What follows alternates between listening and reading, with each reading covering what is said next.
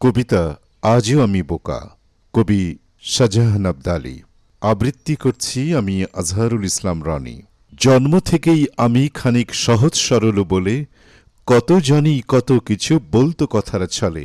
আম্মা বলতো খোকা আমার বড্ড বোকা শোকা, পরের ভালো করতে গিয়ে খাই সে শুধু ধোকা।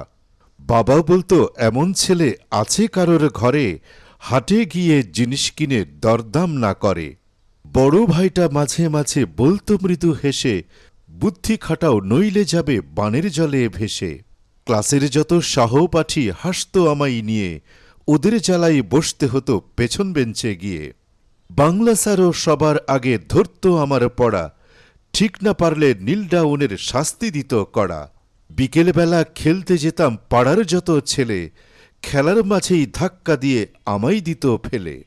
এখন আমি সেই আমি নেই, এখন আমি ভিন্ন, কিন্তু আজও চালচলনে সহজ সরল চিহ্ন।